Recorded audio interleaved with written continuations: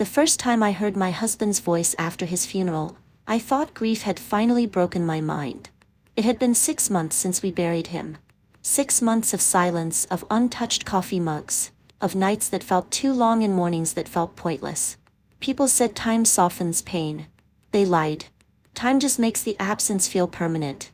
That afternoon I forced myself to leave the house. I needed groceries, the bread, anything to remind me life was still moving. The store was half empty, the fluorescent lights humming overhead. I was standing in the cereal aisle staring at boxes without really seeing them when I heard it. Lena. My name. Not just my name, the way he used to say it. Warm, but familiar. My fingers tightened around the shopping cart. But it couldn't be. I turned slowly, almost afraid that if I moved too fast, reality would snap back into place. 3 shelves away stood a man reaching for a jar. The broad shoulders, gray hair at the temples. My heart slammed so hard it hurt. He turned, and the world stopped. It was him. Not someone who looked like him. Not a stranger with similar features. It was Adrian. My husband. The man I had watched lowered into the ground. The man whose death certificate I had signed. The man I had cried over until my voice disappeared. He looked exactly the same. The small scar above his eyebrow from when he fell off a ladder. The slight curve of his posture. Even the way he tilted his head when reading labels. I couldn't breathe. Adrian, I whispered. The name came out cracked, fragile, like it might shatter if spoken too loudly. He turned fully toward me. Our eyes met. And in that moment I knew something was wrong. There was no recognition in his face. Only polite confusion. Yes, he said. Do I know you? The floor beneath me seemed to tilt. My hands trembled. Adrian, it's me. He frowned gently, like someone trying not to be rude. I'm sorry, he said. I think you've mistaken me for someone else. Mistaken? My stomach dropped. No, that's not possible, I said, my voice rising despite myself. You're Adrian. My husband. A flicker passed through his eyes. Just for a second. Then it vanished. My name is Daniel Carter, he said calmly. I think you're confusing me with someone else. Daniel. The word sounded foreign. Wrong. I reached into my bag, pulled out my phone and opened a photo. Our anniversary dinner. Adrian smiling, arm around me, candlelight reflecting in his eyes. I held it up. Look. He stared at the image. For a moment, just a moment, his expression faltered. His pupils tightened. His lips parted slightly. Recognition. I saw it. But then he shook his head. I've never seen this before, he said quietly. And then he did something that felt like a knife sliding into my chest. He stepped back. Not away in fear, but in distance. Like I was a stranger. I'm sorry, he added. I hope you find whoever you're looking for. And he walked past me. Just like that. Like I was nothing. Like our life had never existed. I stood frozen in the aisle, the noise of the store returning slowly like sound underwater. My mind raced. This wasn't possible. People don't come back from the dead. And yet, I had just spoken to him. I turned, heart pounding, and watched him walk toward the checkout. Every step, every movement, was Adrian's. The way he placed items on the counter. The way he rubbed his thumb against his wallet. Even the way he stood slightly angled instead of straight. All of it was him. But when he paid, another detail hit me. Fish. Adrian never used cash. Ever. He always used cards, always tracked expenses, always planned. This man handed over bills like it was normal. Like he lived a different life. I felt a chill crawl up my spine. Whoever he was, he wasn't pretending. He believed it. He left the store. And before I even realized what I was doing, I followed. He got into a dark blue sedan. Not our car. Not anything I recognized. I flagged down a taxi. Follow that car, I told the driver, my voice shaking. The driver glanced at me in the mirror but didn't ask questions. We drove for 20 minutes. Out of the busy streets. Into a quieter neighborhood. Small houses. Faded paint. Narrow sidewalks. His car pulled into a driveway in front of a pale green house. He stepped out. And then the door opened. A woman came outside. Mid-50s. Soft smile. Familiar comfort in her posture. She walked straight to him and kissed his cheek. Not casually, intimately. like someone who had done it for years. My chest tightened. He smiled at her. That smile. The one I thought belonged to me. Then 2 children ran out of the house. Grandpa. They threw their arms around him. He laughed. The same laugh that used to echo through our kitchen. I pressed my hand over my mouth to stop a sob from escaping. He wasn't lost. He wasn't confused. He had another life. A complete one. A woman. A family. Grandchildren. And none of them included me. That night my house felt colder than ever. I sat on the living room floor surrounded by photos. Wedding pictures. Vacations. Birthdays. Years of proof. Every image showed the same man I saw today. Same face. Same eyes. Same scar. No doubt. No explanation. Just one impossible truth. The man I buried was still alive. At 2:13 a.m. I called my son. Ethan answered on the 3rd ring, voice thick with sleep. Mom? What's wrong? I hesitated. How do you tell someone their father came back from the dead? I saw him today, I said. Silence. Who? Your father. A long pause followed. Then a sigh. Mom, you're not sleeping again, are you? Anger flared through my chest. I'm not imagining this, I snapped. I spoke to him. I followed him. He's living in another house. With another woman. Children call him Grandpa. His breathing changed. Subtle. But I heard it. He wasn't surprised. He was tense. Ethan, I whispered, dread creeping into my voice. What aren't you telling me? More silence. Heavy. Suffocating. Then he said something that made my blood run cold.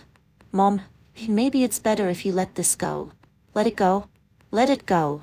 My voice cracked. I buried him. I know. Then explain it. He didn't.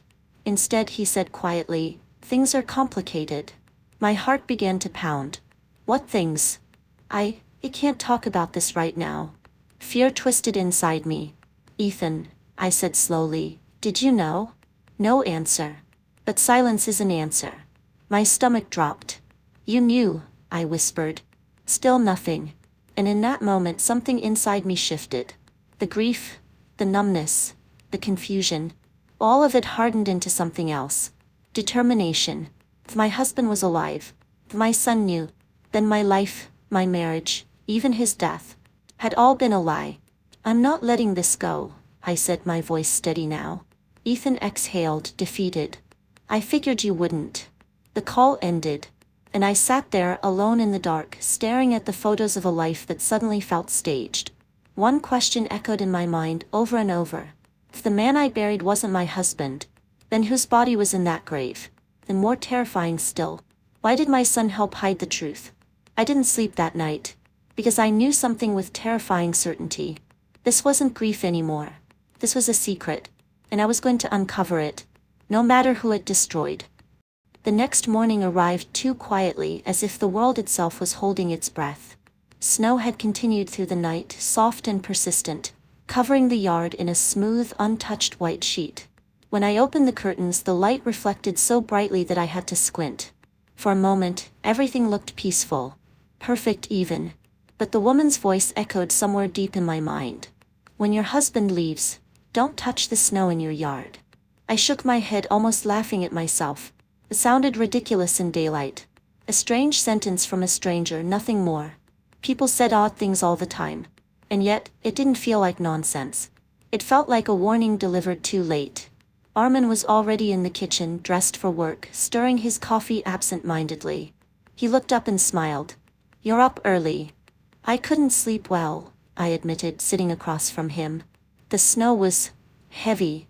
He glanced toward the window. Yeah. The whole street's buried. Might take forever to clear. We ate in silence for a while.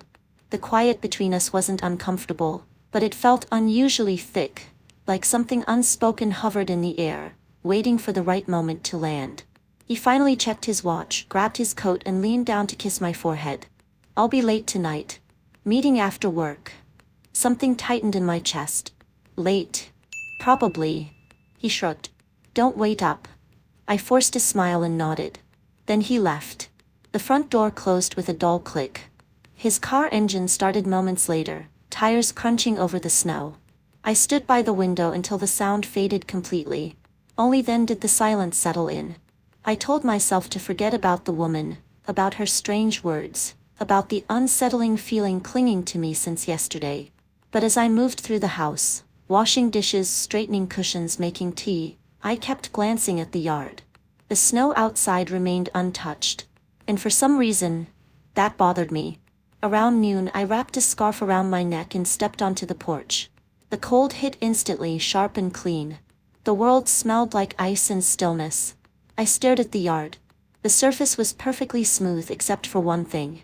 A faint line. Not footprints. Not exactly. More like a long, shallow disturbance in the snow, stretching from the side fence toward the back door. My stomach dropped. I hadn't noticed it earlier. I walked closer, heart beating faster. The line looked too straight to be natural. As if something had been dragged, or pulled, or crawled. I swallowed and stepped down into the snow, careful not to disturb it. The cold seeped through my boots immediately. The woman's voice returned. "Don't touch the snow." I froze. The urge to reach down, to brush the surface to see what lay beneath, was almost overwhelming. Curiosity tugged at me, strong and persistent. But something else held me back. Instinct. Instead, I followed the line slowly toward the back door. Halfway there, I noticed something darker beneath the snow, just a hint barely visible. Sting. My breath caught. I crouched, leaning closer without touching. The snow around the spot looked slightly melted, as if something warm had rested there. And then I heard it. A faint sound. Not outside. Inside the house. Padel. Thump. I turned instantly, heart racing, and hurried back toward the door. My hands trembled as I pushed it open. The house was quiet. Too quiet. "Armin." I called out automatically, even though I knew he had left. No answer. Another sound echoed from upstairs. Soft, slow, like something shifting its weight. I felt a chill that had nothing to do with the cold outside. Every logical part of my mind told me it was nothing. Pipes, old wood, the house settling. But fear doesn't listen to logic. I climbed the stairs carefully, each step creaking beneath my feet. The hallway was empty. The bedroom door was half open. Inside, everything looked normal, except for one thing. The window. It was open. I stared at it, confused. I was certain I had closed it last night. Snowflakes drifted in slowly, landing on the floor and melting into small droplets. A trail of water led from the window, across the carpet, toward the wardrobe. I stepped closer. The wardrobe door was slightly ajar. And then, unmistakably, movement. I froze. The door shifted again, just a fraction, as if something inside had leaned against it. My throat tightened. "Hello." Silence. I took another step. The door creaked open. Inside, nothing. Just coats. This darkness. But the smell hit me instantly. Wet. Cold. And something metallic underneath. I stepped back, pulse hammering in my ears. My eyes moved slowly down to the carpet. Water. Not just from the snow. Something thicker. Something darker. I couldn't breathe for a moment. Then my phone rang. The sudden sound made me jump so hard I nearly screamed. I fumbled it from my pocket. Armin's name flashed on the screen. I answered immediately. "Hello." His voice sounded normal. "Calm. Warm. Hey. Just checking if everything's okay. You sounded off this morning." I turned toward the window, forcing myself to steady my breathing. "I'm fine. Just tired." Pause. Then he said quietly, "Did anyone come by today?" The question felt strange. "No." "Why?" "Just asking." Another pause. Longer this time. And then, almost as an afterthought, he added, "Stay inside today. Don't go into the yard." My heart stopped. The room seemed to tilt. "How did you?" I began. But the line cut off. I stared at the phone. No signal. Slowly I lowered it. The house was silent again. But now the silence felt different. Heavier. Watching. I turned toward the wardrobe once more. The door was fully open now. And at the very bottom, where the darkness pooled deepest, I noticed something I hadn't seen before. A single footprint. Wet. Facing outward. As if someone had stepped out and left the closet, without ever leaving the room. I didn't move for a long time. The footprint at the bottom of the wardrobe looked fresh, wet, sharply defined as if it had been pressed there seconds ago. The shape was human. Barefoot. Facing outward. Facing me. My first instinct was denial. There had to be an explanation. Melted snow dripping from the coats. My imagination, already poisoned by the woman's words and the strange morning. But imagination doesn't leave weight in fabric. Imagination doesn't create silence that feels alive. I forced myself to breathe slowly, steadying the panic rising in my chest. Then I stepped forward, cautiously, eyes fixed on the print. One step. Two. The closer I got, the colder the air felt. Not just winter cold. Something deeper. The kind that settles into your bones, heavy and ancient. I crouched. The footprint was unmistakable. Toes arch heel. Water had seeped into the carpet fibers, darkening them. But there were no other prints leading away. None crossing the room. None toward the door. Just one. As if someone had stepped out of the wardrobe and vanished. A memory surfaced suddenly. The faint line in the snow outside, the darker stain beneath it. Something had come from the yard and entered the house. I straightened slowly, my pulse loud in my ears. Stop, I whispered to myself. You're letting this get to you. But another thought followed, sharper. Then why did Armand say not to go into the yard? He hadn't seen it. He'd left before I even opened the curtains. He couldn't have known. Unless. I cut the thought off immediately. Well, I wasn't going to suspect him. Not without reason. So, the timing pressed heavily on my mind. The woman's warning. The snow. The footprint. Armand's sudden call. They were threads of the same fabric. And I didn't understand the pattern yet. I left the bedroom quickly, unable to stand the stillness any longer, and went downstairs. The house felt different now. Not like home, like a place waiting for something to happen. Or something to return. I made tea with shaking hands, watching the steam rise as if it might reveal something hidden in the air. The clock ticked loudly on the wall. Every sound felt amplified. The refrigerator humming. The pipes whispering. The faint creak of wood settling. A knock. 3 soft taps on the front door. My heart leapt into my throat. I froze, listening. Another knock. So patient. Not the hurried rhythm of a neighbor. Not the confident knock of a delivery driver. Someone who wasn't in a hurry. Someone who knew I was there. I approached the door carefully, each step deliberate. I didn't open it immediately. Instead, I leaned slightly toward the peephole. Nothing. Just white snow. Empty porch. No movement. I hesitated, then opened the door just a fraction. Cold air rushed in instantly. The porch was empty. But on the ground, a paper bag. Groceries. Bread, milk, fruit. The same items I had bought yesterday. My chest tightened. I hadn't ordered anything. I hadn't asked anyone to bring anything. Slowly I stepped outside and picked up the bag. It was cold, slightly damp, as if it had been sitting there for a while. Or carried through snow. My eyes drifted across the yard. The smooth white surface was no longer smooth. Thin lines now cut across it in different directions, faint but visible. Trails. Disturbances. Paths where something had passed. Not walking. Fighting. Dragging. The same as before. I backed into the house, shutting the door quickly, locking it without thinking. The bag felt heavier now. Wrong. I placed it on the kitchen counter and stared at it for a long moment. Then I noticed the note. Folded. Tucked between the bread and the milk. My hands trembled as I opened it. The handwriting was neat. Familiar. You helped me once. Now I help you. No name. No explanation. But I knew. The woman. The same woman from the store. My chest tightened again, this time with something close to dread. Help me, from what? A sound came from upstairs. A slow dragging noise. I didn't want to go. Every instinct told me to stay exactly where I was, to ignore it, to pretend nothing was happening. But the sound came again. Heavier. I forced myself toward the stairs. Step by step. The air grew colder with each step, the silence thicker. At the top, the hallway stretched empty and dim. The bedroom door was open wider now. The window still ajar.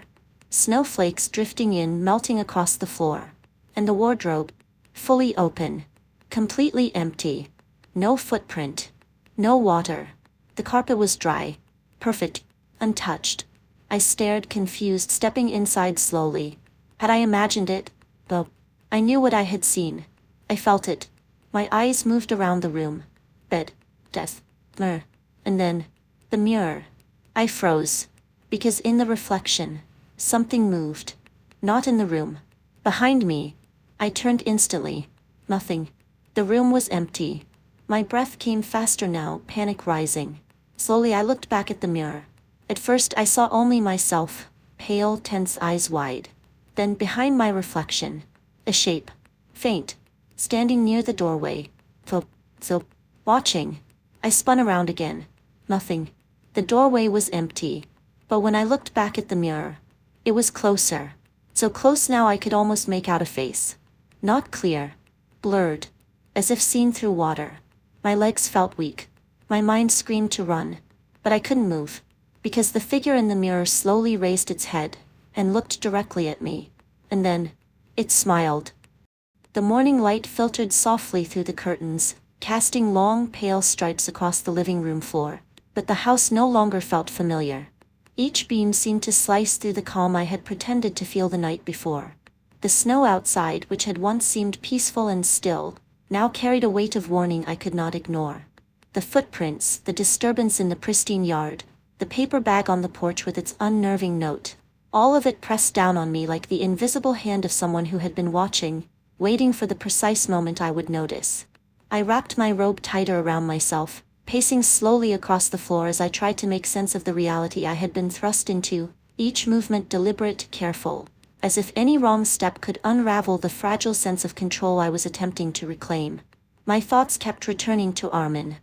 He had left early that morning, or so I had thought, yet his warning not to step into the yard echoed in my ears, impossible and chilling.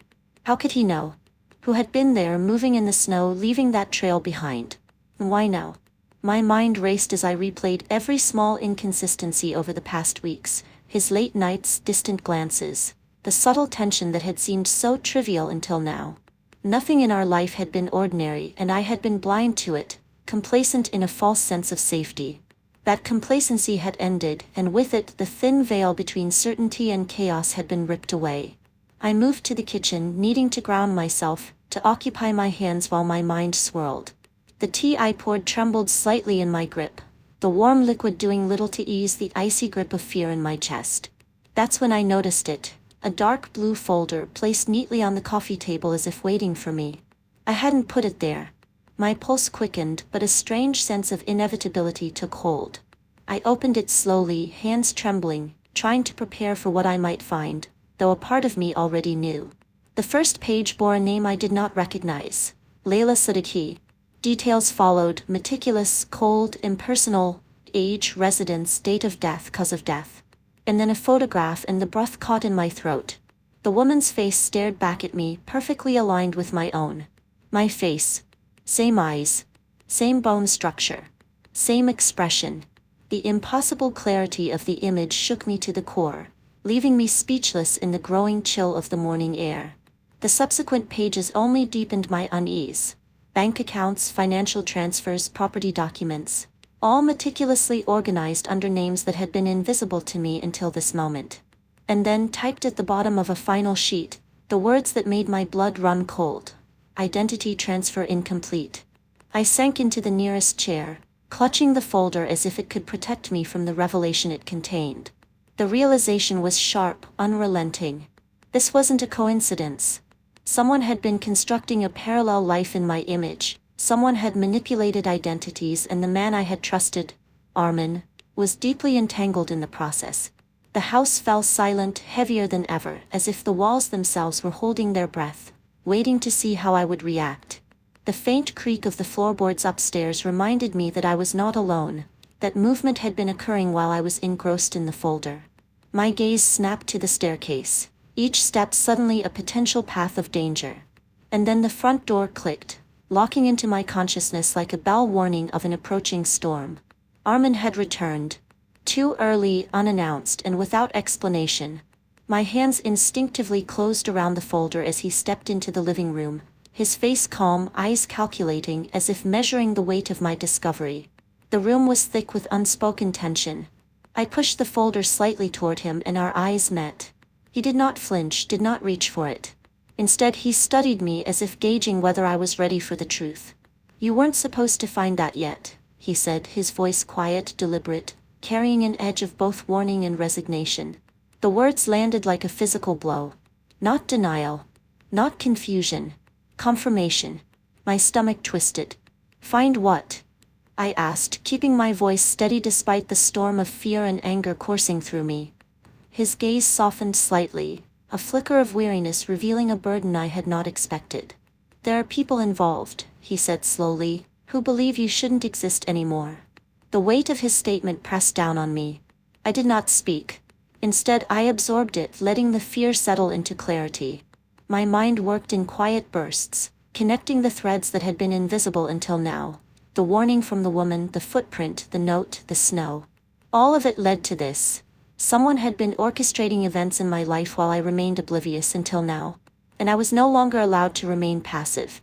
Armin leaned forward, resting his elbows on his knees, voice lowered to a near whisper. "Someone has taken steps to ensure that if anything happened, you would be replaced." The words echoed not just in the room but in my chest. The concept of replacement, the literal erasure of me, was incomprehensible, yet horrifyingly concrete. I could not retreat. I could not ignore the threat. There was only one path forward: understanding. Observation. Each step had to be deliberate, each move calculated, as if the consequences of failure would be irreversible. I realized then that the fear coursing through me was no longer a paralytic force. It had transformed into something sharper, precise. Anger, resolve, and clarity intertwined. For the first time in months, I felt control, not over what had happened but over what I would do next.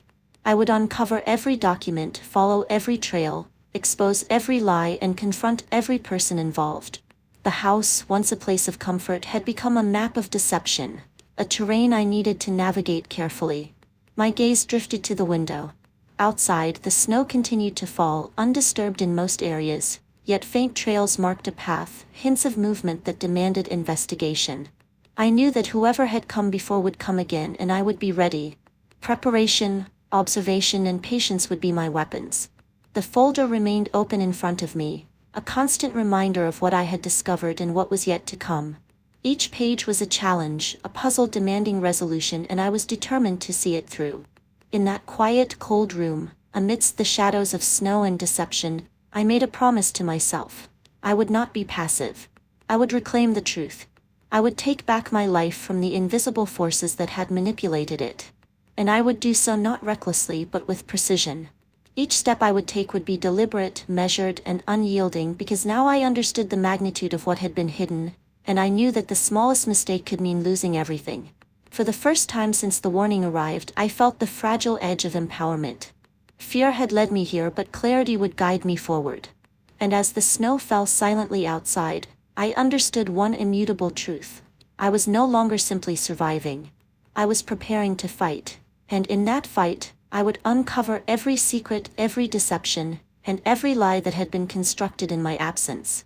The house was no longer a sanctuary. It was a battlefield, and I was ready to navigate it, fully awake, fully aware, and fully determined to reclaim the life that had been stolen from me. The morning was deceptively calm, the sky a soft gray that made the snow outside almost glow with an unnatural clarity. Yet inside, the house no longer felt like a home. Every creak of the floorboards, every whisper of the wind through the cracks of the windows, seemed amplified, carrying a warning I couldn't ignore. The folder with Layla Sadeghi's documents sat open on the kitchen table, every page a map of deceit, betrayal, and carefully concealed truths. I stared at it, tracing the lines of numbers, signatures, and transfers with my fingers, trying to absorb the enormity of what I was holding. This wasn't just fraud. This wasn't just identity theft. This was a life, my life, meticulously dissected and reconstructed by forces I was only beginning to understand. Armin hadn't spoken since he returned the night before. The tension between us was palpable, an unbroken silence heavier than any argument could have been. His presence alone reminded me of how carefully our lives had been manipulated, how much of what I believed was comfortable, safe, or real had been built on lies. I didn't confront him immediately. I didn't need to. The documents were proof, the evidence undeniable. I could wait, and in waiting I would understand everything I needed before he could explain, before he could manipulate words to obscure the truth. I poured a cup of coffee, letting the warmth settle into my hands, though it did little to calm the chill running through my body. The shadows from the early morning light stretched across the floor, creeping toward me like fingers, reminders of the invisible hands that had shaped my life without my consent. I flipped through the folder again, this time with purpose, cataloging accounts, tracing transactions, noting the repeated appearances of Armin's signature. Every number told a story, every entry a calculated step toward erasing my identity while pretending nothing had changed. The meticulousness of it both terrified and impressed me. It was methodical, precise, and relentless, like a spider weaving a web that I had unknowingly walked into. Then I found it, a phone number. Unlabeled, repeated across several pages, attached to multiple accounts and transactions. My pulse quickened. This was a thread I could pull. I dialed it without hesitation, my voice steady despite the tremor I felt inside. Rings echoed in the silent kitchen. Once, twice, 3 times, and then a click followed by silence. Breathing. A soft, deliberate exhale on the other end. "Who is this?"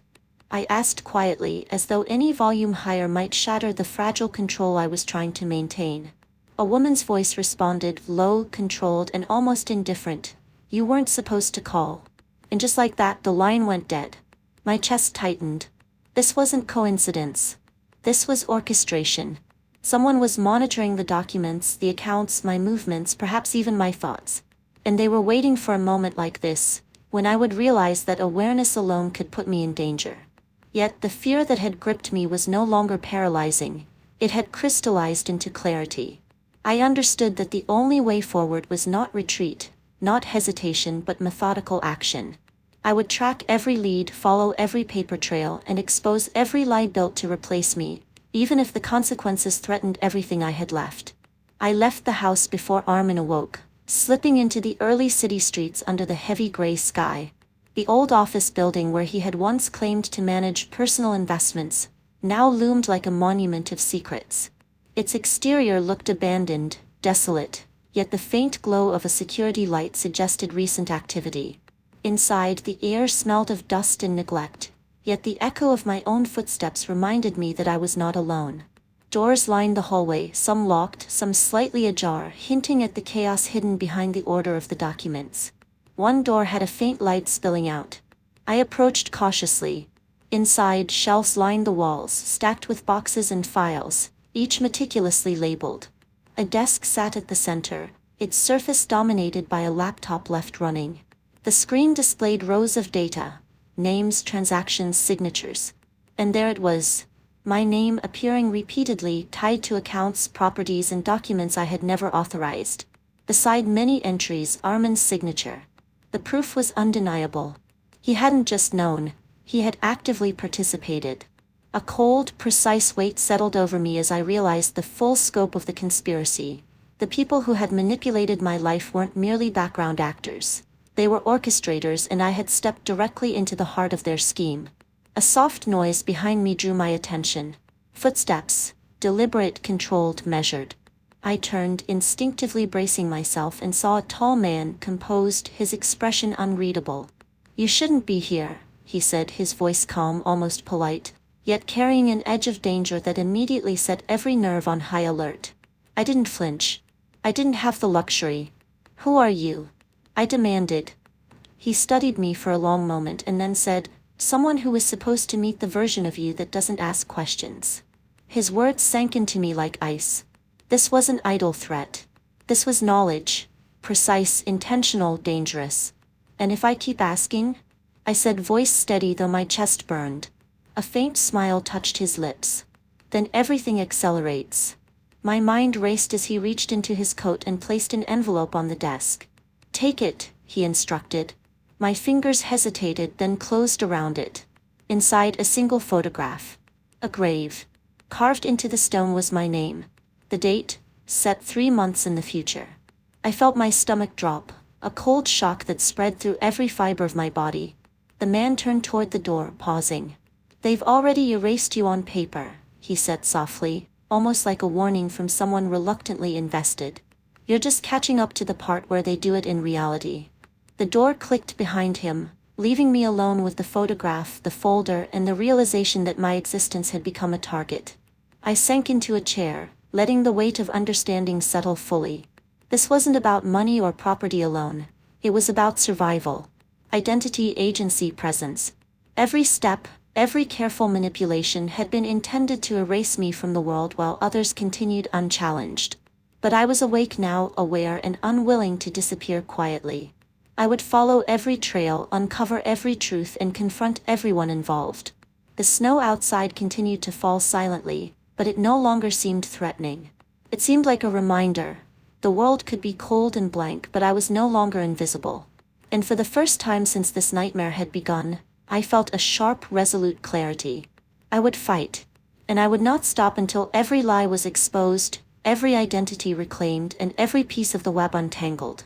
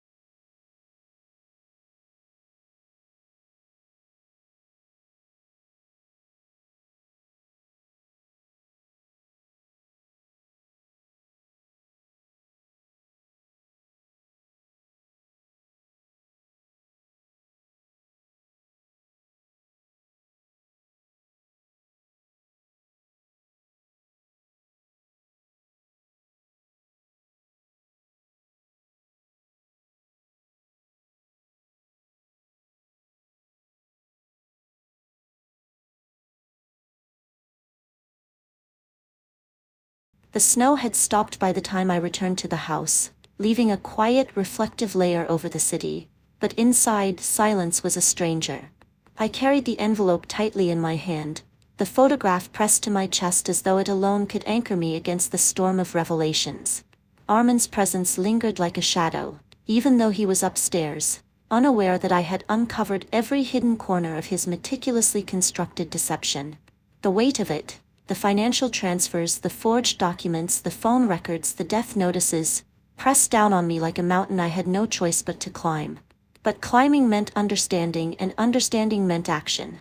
No longer could I allow fear to dictate the pace of my life. I would move carefully, deliberately, but with relentless precision. I began by reviewing every detail I had collected over the past days, each number, signature, and document a thread in a web so tangled it seemed impossible to untangle. But the more I traced the lines, the clearer it became. Armin had not acted alone. Someone else had orchestrated key parts of this scheme. Claudia, or at least the person living under that name, was involved.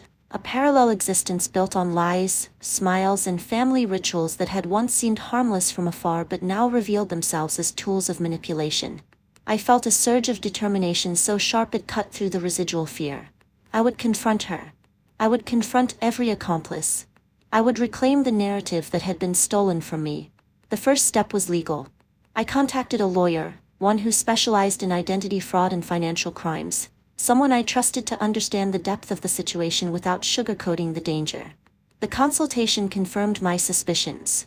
Forgery, criminal conspiracy, financial exploitation, and identity theft were all present, intertwined with a meticulous plan to erase my existence on paper and replace it with a fabricated reality. It was methodical, cold, and deliberate, but it was also vulnerable to exposure. With careful evidence collection, surveillance records, and documented confessions, the truth could not only surface, it could destroy the construct that had imprisoned my life. I spent the next days observing, collecting, cataloging. Every visit from Armin, every routine gesture, every call he took from unrecognized numbers was recorded, noted, and stored. I followed the financial trail, linking accounts, transfers, and signatures to corroborate the story that the documents hinted at. And then came the crucial confrontation: Claudia's house. I approached it calmly, my heart steady, though every step carried the weight of the past weeks. The fear, the betrayal, the sense of dislocation. When I entered, the house felt warm, lived in, familiar. But that familiarity was a trap. Claudia was there, unsuspecting, and Daniel, Armin in this other life, was present, laughing with the children as though nothing had changed, as though the world outside those walls didn't contain a woman who knew every secret they thought was buried. I placed the folder on the table and presented the legal documents, carefully invalidating the identity of Daniel Brooks and freezing associated assets. Claudia's face shifted from confusion to disbelief as she absorbed the reality that the man she called her partner, her family, was legally dead, and that I was his rightful spouse. Daniel's reaction was immediate and raw. He fell to his knees, pleading, begging, a desperate attempt to regain control, to explain, to rewrite the truth. But I had moved beyond shock, beyond grief, beyond the naive hope that any explanation could repair the damage. I refused forgiveness, condemning the deception, the theft, the manipulation. The wail of police sirens in the distance confirmed that justice had arrived, that the law would now act where deceit had reigned. The confrontation was not just a reclaiming of assets, but a reclaiming of my identity, my life, and my dignity. 3 weeks later, Daniel Brooks, Armin in every sense that mattered, died of a heart attack in custody. I received the news with emotional distance, a complex mix of relief, sorrow, and finality. No memorial, no ceremony. I requested cremation and silence. It was my way of asserting control over the narrative that had once been stolen from me. Lucas, who had orchestrated parts of the scheme, accepted a plea deal and prison sentence. The legal process restored stolen assets, invalidated the fake identities, and brought accountability to those who had attempted to erase me. And yet, the true victory was beyond the law. It was internal.